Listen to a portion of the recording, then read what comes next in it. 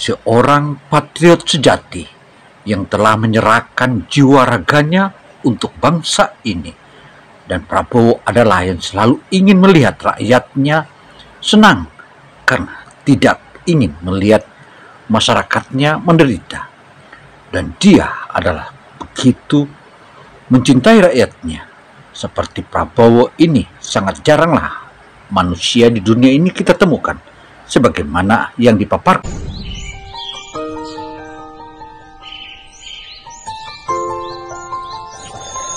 Dipaparkan oleh sejumlah rekan-rekannya dan bawahan-bawahannya. Untuk itu saudara, Opini Gino Television kali ini mencoba mengulas siapa Prabowo sebenarnya.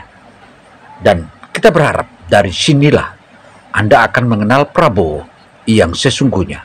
Bagaimana kiprahnya? Ayo ikuti terus dan ikuti terus.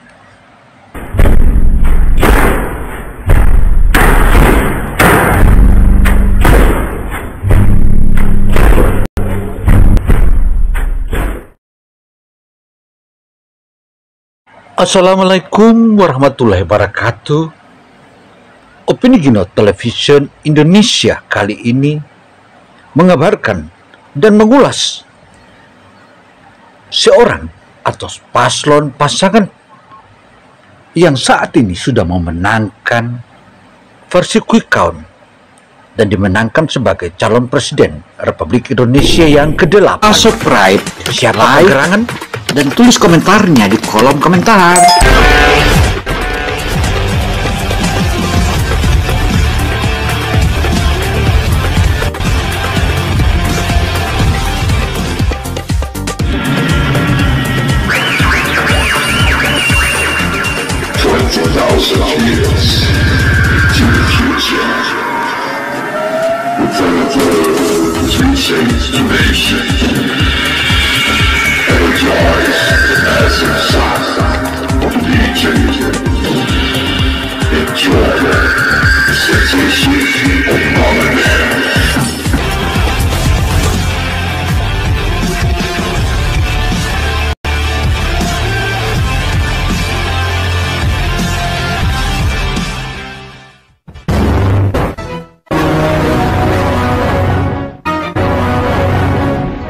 Mengulas Prabowo Subianto tentu saja tidak akan pernah ada habis-habisnya. Pasalnya, Prabowo Subianto memiliki segudang prestasi yang belum tentu pemirsa dimanapun Anda berada belum mengenal secara jelas, sehingga masih ada haters atau oknum-oknum yang mendiskreditkan Prabowo. Untuk itu saudara, diperbincangkan di dunia politik dan militer. Tidak hanya menguasai dunia politik dan militer saja, ternyata beliau telah banyak mengembang tugas pemerintahan negara kita, baik itu di bidang ekonomi hingga pergerakan Indonesia. Lalu siapa sebenarnya Prabowo Subianto itu? Bagaimana kiprah perjalanan karir beliau di dunia militer hingga akhirnya berada di dunia politik? Jenderal TNI Purnawirawan Prabowo Subianto, Joyo Hadikusumo merupakan anak ketiga dari putra pertama yang lahir pada tanggal 17 Oktober 1951. Ayahnya bernama Sumitro Joyo Hadikusumo, adalah seorang profesor yang berasal dari Kebumen, Jawa Tengah. Ayah Prabowo merupakan seorang pakar ekonomi atau profesor dan juga politisi Partai Sosialis Indonesia yang saat itu baru saja selesai menjabat sebagai Menteri Perindustrian di Kabinet Nasir pada April 1952. Sedangkan ibunya bernama Dora Maria Sigar atau yang dikenal dengan nama Dora Sumitro. Beliau merupakan seorang wanita Kristen Protestan berdarah Minahasa. Ibunya berasal dari keluarga Menkom, Sulawesi Utara.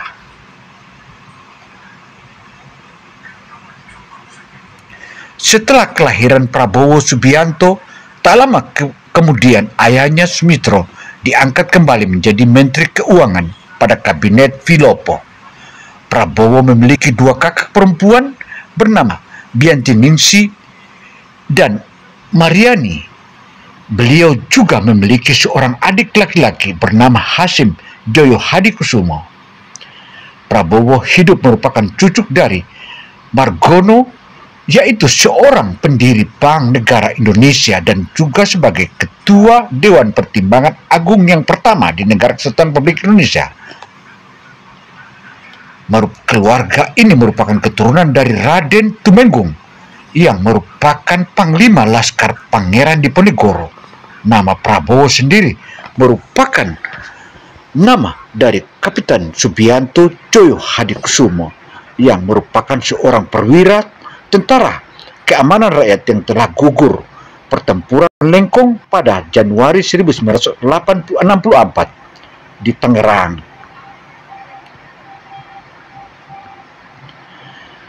Masa kecil Prabowo banyak dihabiskan di luar negeri. Menyelesaikan studi menengahnya di Kuala Lumpur, Malaysia, Zurich International School di Zurich, Swiss, dan The American School di London, Inggris. Setelah kejatuhan Soekarno dan naiknya Soeharto, keluarga Sumitro kembali ke Indonesia atau ke tanah air. Lalu Prabowo masuk ke Akademi Militer di Magelang, Jawa Tengah tepatnya.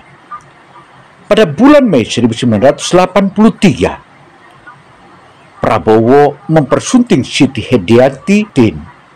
Prabowo dan Siti Hediati dikaruniai seorang anak, yaitu Ragowo Hedi Prasetyo atau panggilannya Didit. Akan tetapi pernikahan mereka tidak berjalan mulus. Tak lama setelah Orde Baru kedua berpisah pada tahun 1998.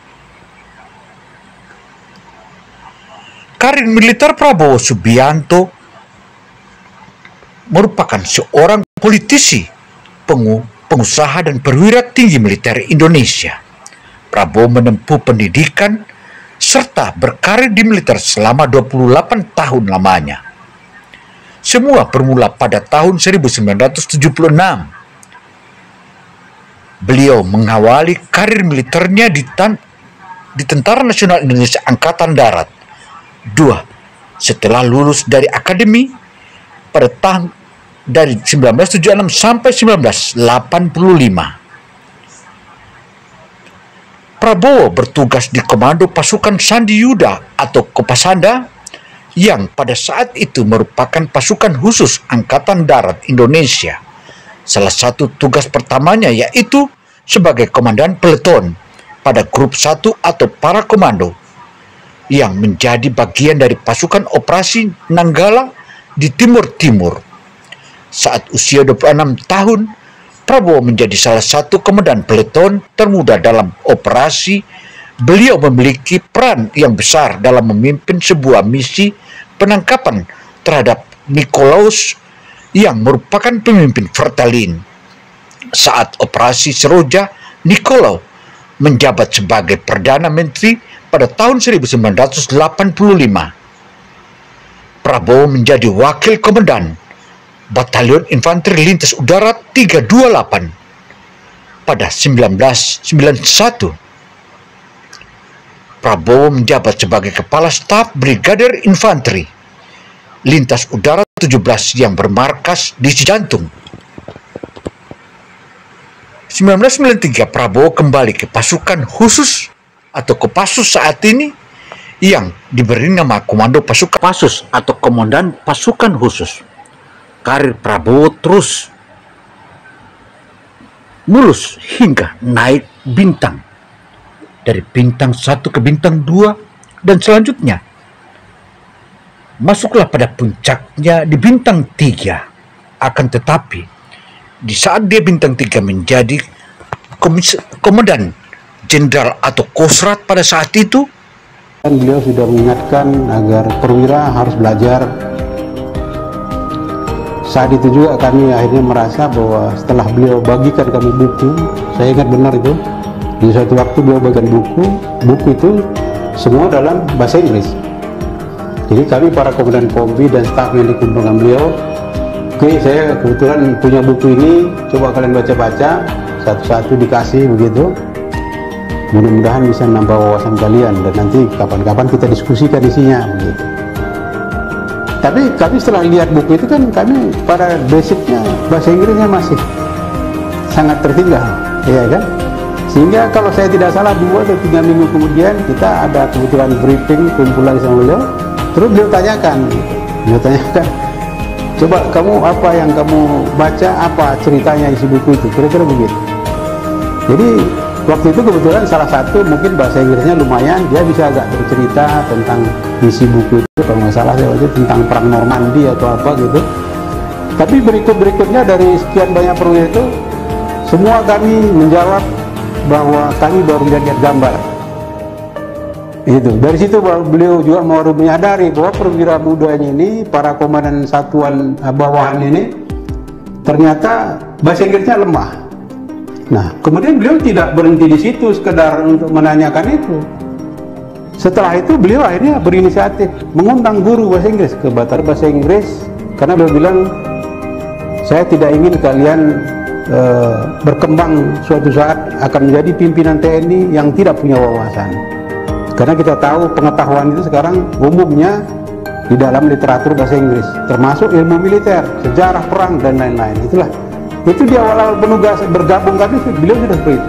Sampai-sampai beliau bilang, sekarang kamu wajib baca buku. Beliau wajibkan, malah waktu itu kita punya rak buku di rumah.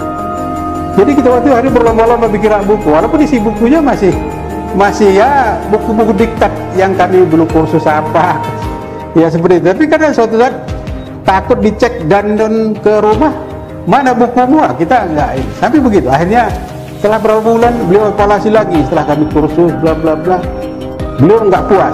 Akhirnya kami sampai dikirim bergilir ikut kursus bahasa Inggris di Jakarta, di Menteng. Tadi itu yang masih juga muda karena masih mayor, begitu berpikir jauh ke depan, investasi sumber daya manusia. Dan itu mungkin kami sadarinya juga belakang. Waktu itu mungkin kami udah memimpin pasukan, ikut lari, ikut bela diri, harus bahasa Inggris. Mungkin waktu itu mungkin agak ini juga, mungkin agak dongkol mungkin kan, ada tanggung jawab ini bla bla. Tapi baru kita sadar memang bahwa kemari setelah job pangkat lebih baik, lebih tinggi begitu, tanggung jawab lebih besar, ternyata tuntutan itu memang harus seperti itu gitu. Kiprah Prabowo di kemiliteran menjadi membanggakan. Memang pada awalnya para perwira-perwira menganggapnya bahwa ini adalah bahkan mendongkolkan.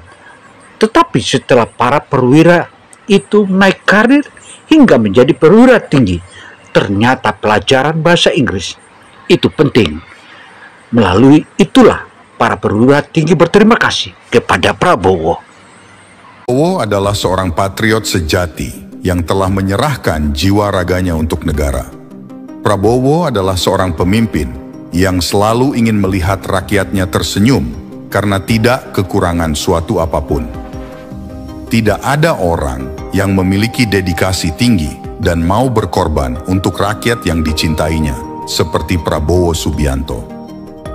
Hal ini dikatakan oleh Brigadir Jenderal TNI Purnawirawan Taufik Hidayat yang pernah menjadi bawahan Prabowo di TNI. Prabowo selalu ingin melihat rakyat tersenyum, sehingga ia pun senantiasa turun langsung membantu rakyat yang ditemuinya ketika bertugas sebagai prajurit. Oleh karena itu, menurut Taufik Hidayat, sangatlah rugi jika tidak mendukung Prabowo yang memiliki kecintaan yang sangat tinggi. Taufik Hidayat, Prabowo memang multi talenta. Dia dari saat letnan hingga masuk ke perwira menengah, mayor hingga kolonel, dan juga setelah menjadi pati perwira tinggi, ia sudah memberikan dorongan hingga memberikan edukasi kepada perwira-perwira yang ada di TNI, dan kisahnya makin mantap. Jadi Presiden dan CEO PT Tidar Kerinci Agung yang bergerak dalam bidang produksi minyak kelapa sawit, lalu PT Nusantara Energi yang bergerak dalam bidang migas, pertambangan, pertanian, kehutanan, dan PULP, dan juga PT Jaladri Nusantara yang bergerak di bidang perikanan. Karirnya tadi dimulai dengan membeli Kiani Kertas, perusahaan pengelola pabrik kertas yang berlokasi di Mangkajang, Kalimantan Timur. Sebelumnya, Kiani Kertas dimiliki oleh Bob Hasan, pengusaha yang dekat dengan Presiden Soeharto. Prabowo juga membeli Kiani Kertas menggunakan pinjaman senilai 1,8 triliun. Nama Kiani Kertas diganti oleh Prabowo menjadi Kertas Nusantara. Kelompok perusahaan Nusantara Group yang dimiliki oleh Prabowo juga menguasai 27 perusahaan di dalam dan luar negeri. Usaha yang dimiliki Prabowo bergerak di bidang perkebunan, tambang, kelapa sawit, dan batu bara. Karir politik Prabowo calon presiden Indonesia dari Partai Golkar pada konvensi Capres Golkar tahun 2004. Meskipun lolos, pada akhirnya Prabowo kalah suara oleh Wiranto bersama sang adik Hasim Jojo Hadikusumo, mantan aktivis mahasiswa Fadlizon dan mantan deputi 5 Badan Intelijen Negara bidang penggalang, Mujdi Purwopranjono serta sederet nama lainnya pada tanggal 6 Februari tahun 2008 mendirikan Partai Gerakan Indonesia Raya atau Gerindra. Pada Partai Gerindra, Prabowo menjabat sebagai Ketua Dewan Pembina Dewan Pimpinan Pusat DPP. Partai Gerindra meraih 4,46% dan menempatkan 26 orang wakilnya di DPR RI pada Pemilu Legislatif Indonesia pada tahun 2009. Pada tanggal 9 Mei 2008, Partai Gerindra menyatakan keinginannya untuk mencalonkan Prabowo sebagai bakal calon presiden pada pemilu tahun 2009. Tetapi, setelah adanya proses tawar-menawar yang tidak mudah, Prabowo akhirnya bersedia menjadi calon wakil presiden Megawati. Seiring waktu, Prabowo terus berupaya untuk bagaimana menjadi pemimpin di negara kesatuan Republik Indonesia. Ia beberapa kali mencalonkan diri sebagai calon presiden, bahkan 2 kali berhadapan dengan Joko Widodo. Meskipun kalah dan merupakan rivalnya, ketika diajak masuk di kabinetnya, Prabowo langsung oke dan akhirnya bergabung dengan Joko Widodo.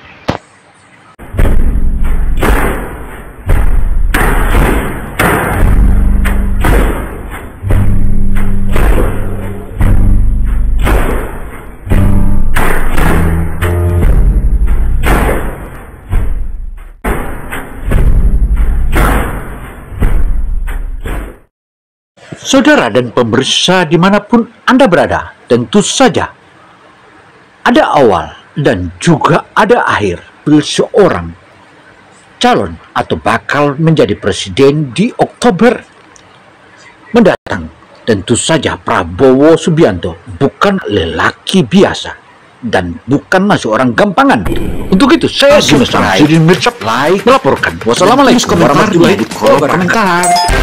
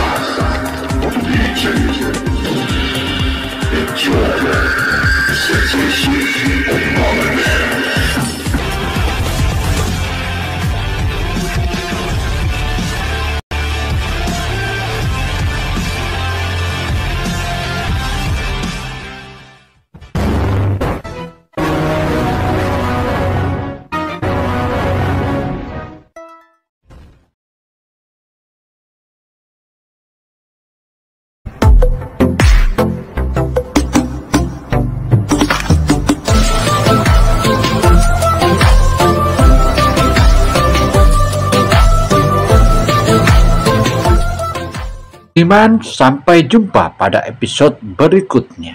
Sampai jumpa.